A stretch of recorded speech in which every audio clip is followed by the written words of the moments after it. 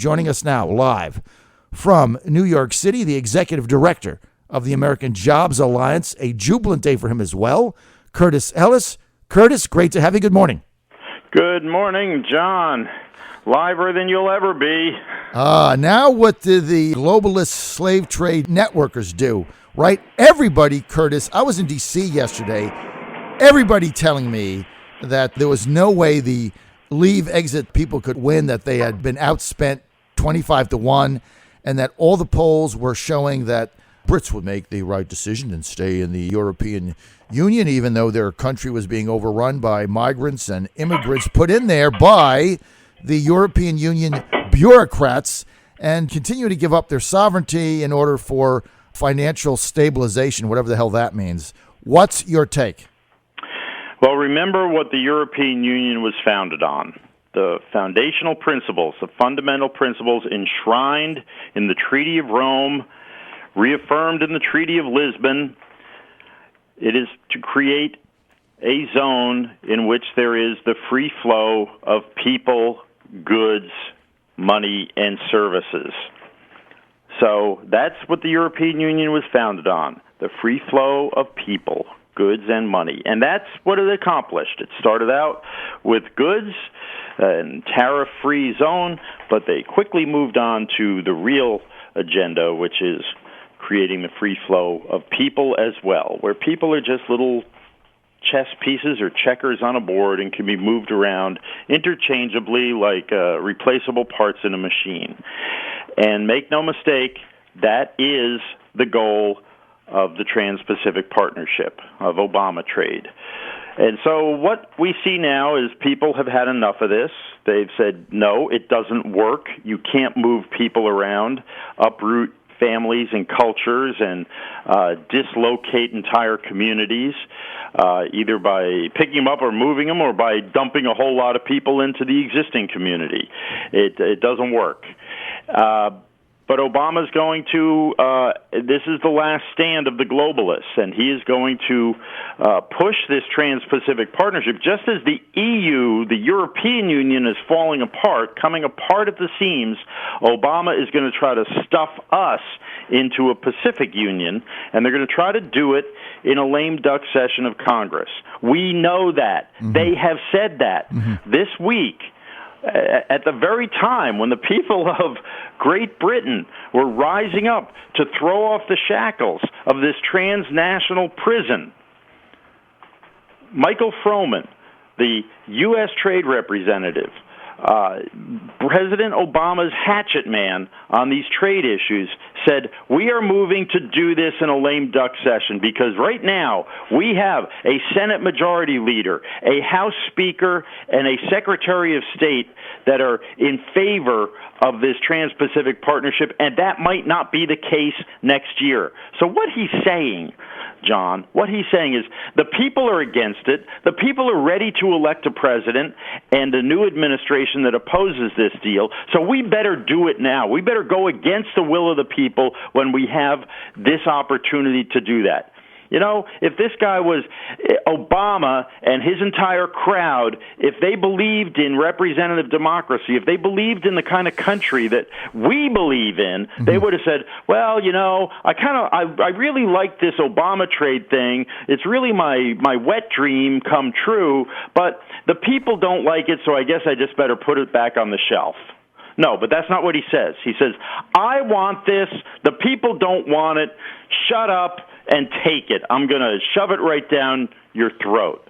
And that is really disgusting. So this is a great day. What happened in Great Britain, the Brexit, this is the beginning of the end of the globalist slave trade, corporate transnational state, transnational government. But it ain't going to go quietly. The next battle is going to be fought on our shores.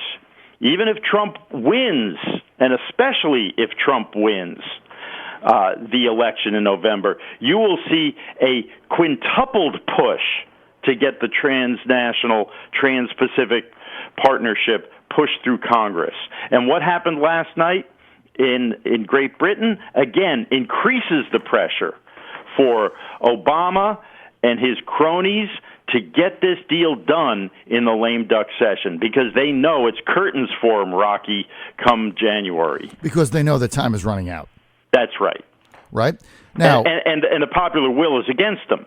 The exactly. people are against it. Right. Yeah. But not that President Obama gives a rat's tail about what the people think, because it's what he thinks that matters and That's right. what his network thinks. So I think you're 100% correct. They're going to try to push this through in November. Now, if Trump wins, and I think he is, and we're going to be talking about that, Curtis Ellis, in a second, that's really going to be difficult to do when you've got a president-elect railing against it the other way and saying the people have spoken, because there's no question as this campaign goes on, this now, based on what happened in England, is going to be center stage in the campaign. Let's get to the effect on the Trump campaign. A lot of people texting me today saying, John, this is portending what is going to happen in November.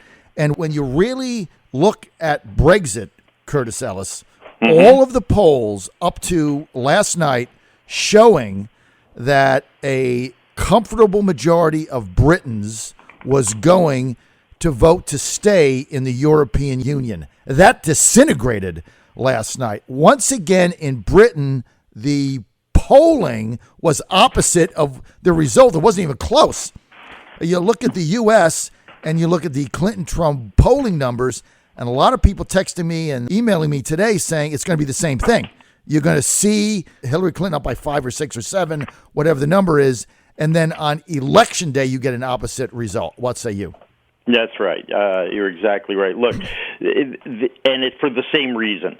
Over in Britain, you had all the smart set, all the sophisticated people saying, a vote for Brexit, only dumb, stupid racists support that. The smart people know we're part of a globalized world. We're European citizens. We've outgrown nationalism. Only those people who cling, as Obama would say, the people who cling to God and guns and religion would, be stupid enough to want to exit the European Union. So when the pollster calls them and says, "How are you voting?" They, I'm with the smart guys. No, I wouldn't vote for exit.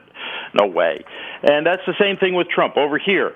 It's only dumb racists who support Trump. Don't you know that, John? I mean, we know that. It's only knuckle-dragging Neanderthals that would even think of voting for this guy who's a xenophobe and a racist, and I believe he has syphilis too, from what I hear on TV. Well, listen, that is exactly what 2nd District Congressman who's retiring, Scott Ridgell, said on the eve of the March 1st primary.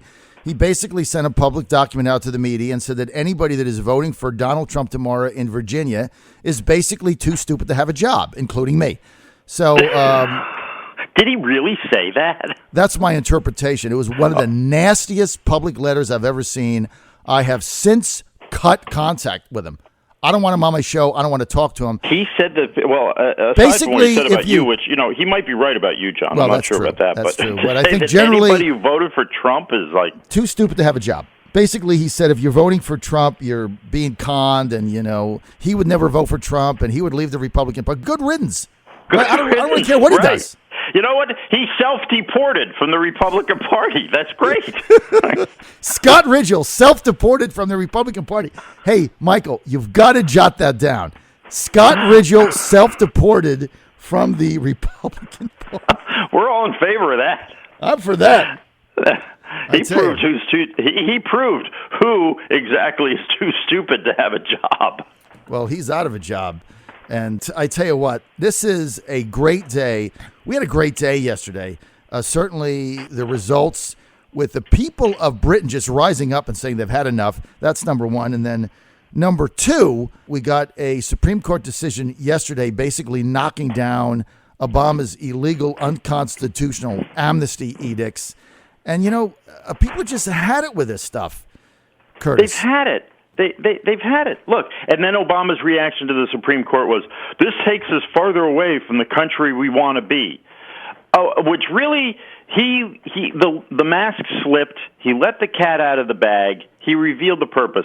This takes us farther away from the country we want to be, really the country he wants us to be, which is a country with no borders, a country where you've changed the demographic makeup. It is now a majority. The majority of the country is a bunch of poor, basically illiterate, not even English-speaking people. That's the country he wants America to be. He's decided that. And not even a country, not a nation, because without borders and without control over your borders, you don't have a country.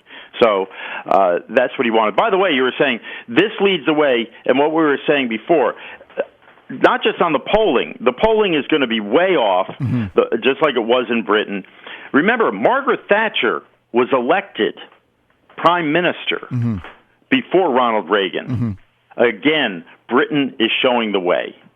You know, she was elected 6 months before Reagan, and That's she was right. down in British and national polls by double digits going into that election. See, people don't remember this stuff. They had her down by 10. There was no way she was supposed to win. She won in a landslide. I mean, it defied all the numbers out there. So people don't always say exactly what they're going to do in the polling thing. The other thing is if you look at Britain's turnout yesterday, it was almost 75%. It was an incredible number. So the polling numbers, they're polling people that normally go out and vote. What happens is you get people that are registered who haven't voted in a while who turn out. That is really Trump's biggest asset here. Right. People that are registered that just have checked out of the system because they don't think it matters who wins. Romney, Obama, McCain, Obama, Bob Dole, who cares? Same story. Now you got a real choice. And so what I think the Trump movement is going to be able to do is motivate these people who are registered but checked out of the system who are going to come back. And that's what I think. Yeah, totally. He's doing that. He's doing that already. He's doing that now. Those people are invisible to the pollsters. They're invisible to the bean counters. I mean, it's like the Jedi Knights, you know. It's like, Luke, follow the Force. Turn off the autopilot. Turn off the big data. Let's go. Finally, we're going to go with your gut. Yes, and that's exactly what's happening with the country here. The people are. The spirit of America is rising, and it's going to overrule the globalists and their big data Borg machine. Curtis, let me read you a text here from Mike in Virginia Beach. Mike says, Brexit is foreshadowing a huge Trump victory, and I think he is spot on. Let me tell you the other comment you made that I've only got a couple minutes, but I want to highlight, Curtis. When you go back to the Trans-Pacific Partnership trade deal, it is sold as free trade or the movement of products, but its real objective, as you pointed out, is the movement of people. And why do they want a movement of people into different areas regardless of what the sovereignty is? One thing, that's how they get cheap labor. That's what this whole argument is, right? That's right. Chapter 10 of this agreement, Trade and Services, establishes a rule, a binding rule, that say governments, countries cannot limit the number of people coming in to trade in services, whether it's construction services, healthcare services, etc. That means a company can set up a temporary service agency, a temporary worker agency in Mexico, in Malaysia, in one of the partner countries, recruit people to work in construction, to work as nurses or orderlies in hospitals, etc., and move them into the United States, and there is nothing we can do about it. Nothing. That is the plan here, and it's in black and white. You can read it for yourself, and Paul Ryan can scream till the cows come home, this does not affect our immigration laws. Yeah, because under our immigration laws, those people are called non-immigrants. They're non-immigrant temporary workers, and we will have unlimited numbers of them sweeping across our borders and vacuuming them up every last job there is in America. Right. And who wins? Not the American worker, right? Who wins? It is the 1% Wall Street and Silicon Valley banksters out there that control the entire network that can depress wages. So we have a corporatist globalist society with no interest in U.S. sovereignty. That's why this deal has got to be defeated. Hey, we're out of time. I want to thank Curtis Ellis for being with us. American Jobs Alliance. Go to I don't know, maybe Scott Ridgel was right, John. Yes. Maybe. Go to American you Jobs even Alliance. deserve a job. All Americans deserve jobs. Even John Fredericks. I don't know about Scott Ridgel so much, though. Well, Scott Ridgel says I'm too stupid to have a job. Maybe he's right? This is the John Fredericks Radio Network. Too bad, Scott Ridgel. I have a job. I will be right back.